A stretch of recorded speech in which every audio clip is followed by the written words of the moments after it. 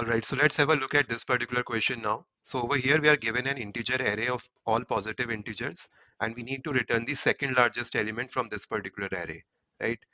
And if the second largest element does not exist for any given input, then we need to return -1 simply, right?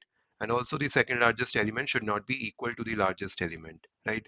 So for example, if this particular array has 6 integers and all of them are equal, it would mean that there is no second largest element in this particular array because my second largest element should never be equal to the largest element, right? And so I can simply return -1, right? So that's what we need to do in this particular question. Now maybe you can just pause this video and think of a solution. And once you are done, you can just come back and have a look at the solution here. Okay, so now if you see this particular input, the second largest element over here is 34, right? So now to get this particular second largest element from any given input, what I can do is I can maintain two variables, right? One of the variable I can use to track the largest element at any given point in time that I have seen so far, right? And the second largest, there will be another variable which will track the second largest integer that I have seen so far at any given point in time, right? So for example, I can just write it over here. I will have two variables. One will be lar, just a minute. Yeah. So one, I can call it as LAR for largest. I can just initialize it to -1. Similarly, I can have another one SLAR for second largest, and that also I can initialize to -1, right?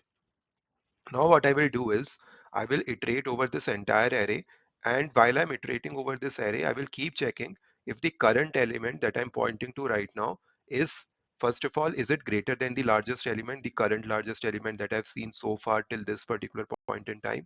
If it is greater than my largest element, then basically my current largest will become my second largest, right? And my largest element will now become my current element, whatever I'm seeing right now, right? So this SLAR will be reinitialized to my current lar, right? And the lar variable will now be initialized to my current element, right? And if this is not true, for example, the current element is not greater than my largest element, then I will check another thing. If it is greater than my second largest element, right? If it is not greater than my largest element, is it greater than my second largest element? That's what I will check. And if it is greater than my second largest element, then I will simply reinitialize my second largest variable to this current element, to this current integer, right? And then I will move on, right? And I will just keep doing this at every element till the end of the array. And at the end, I will have the second largest element in this SLAR variable, which I will just return as the output of the function, right? So this is what is the approach that we are going to follow to solve this particular question. Now maybe we can just jump to the IDE and code this solution together. All right, so now let's implement the solution that we just discussed. So what I'll do is I'll just declare a function called maybe get second largest, right? And this will accept an integer array ARR. And now what I will do is I will take first of all the length of this particular array like this. And then what I will do is I will declare two variables LAR and SLAR and initialize both of them to -1, right? Now what I will do is I will iterate over my array. So I will say for I in range n, right? And what I will check is first of all if my current element is greater than my largest element or not, right? If it is greater than my current largest, then what I will do is I will reassign my second largest element to the current largest, right? And my largest element will now become the current element of the array, right? That's what I will do. And if this is not true, if my current element is not greater than the largest element, then I will enter this else if condition wherein I will check if my current element, first of all, is lesser than the largest element, right? That's what I will check because it should not be equal to the largest element. If it is equal to the largest element, then I just have to ignore it, right? So what I will do is I will just check if it is lesser than my largest element and if it is also greater than the second largest element, right? That's what I will do. And then finally, what I will do is I will just reinitialize my second largest element to this current element, right?